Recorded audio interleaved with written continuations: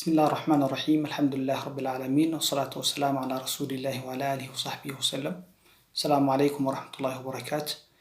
ugu horeyn waxaynu mahadnaqaynaa Allah subxaanahu wa tacaala caafimaadkiina siiyey inaguna deeqinay mooyinkiisa faraha badan leh. Mar labaad waxaan soo dhaweynayaa asxaabta qaaliga ee ku xidhan kanaalka Sumada Dhalinyarta meel kasta ee daafaha caalamka joogno waxay soo dhawaada. Gaar ahaan waxaan soo dhaweynayaa asxaabta dambe ee gadaalna ka soo biirtay muddooyinkii kala maqnayn ee 4 bilood iyo 5 bilood ku dhawaad. aad baan soo dhaweynayaa dhammaantiin soo dhawaada. soo dhaweyn kadib waxa weeye waxayna la hadlayaa waa Samaale walaalkii Samaale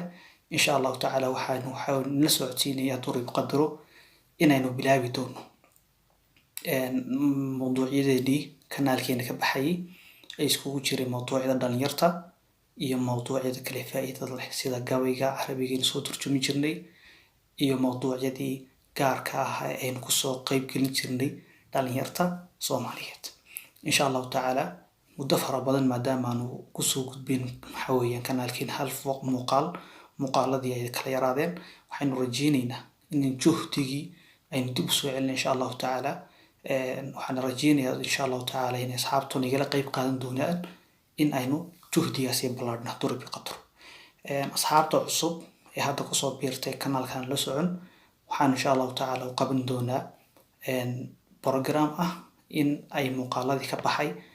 ay waxa weey hadii u baahan yihiin aan u soo diri doono insha Allah taala kuwii ugu muhiimsanaa iyo kala muhiimsanaa insha Allah taala manduumadeen soo dhiganay barnaamijyada dhalinyarta ka sameeynay halqadii Rabadaantan ma Rabadaantii hore aynu qabanay iyo barnaamijyo fara badan oo kanaal ku jira oo ka baxo aad faa'iido badan.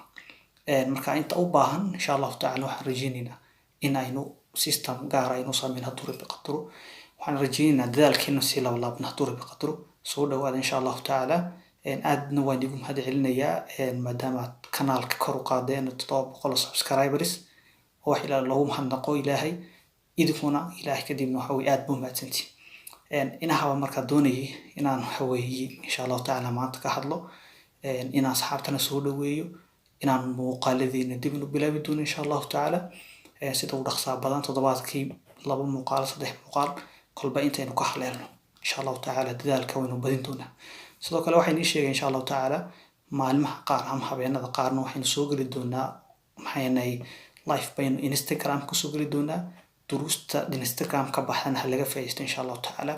way kala duwanaan doonaan kuwana ku soo gudbina kanaalka iyo kuwa aynu ka bixino Instagram insha Allah taala Instagram-ka linkigiisana waan soo dhigi doonaa description-ka insha Allah taala in halka ka soo raaca durbi qadro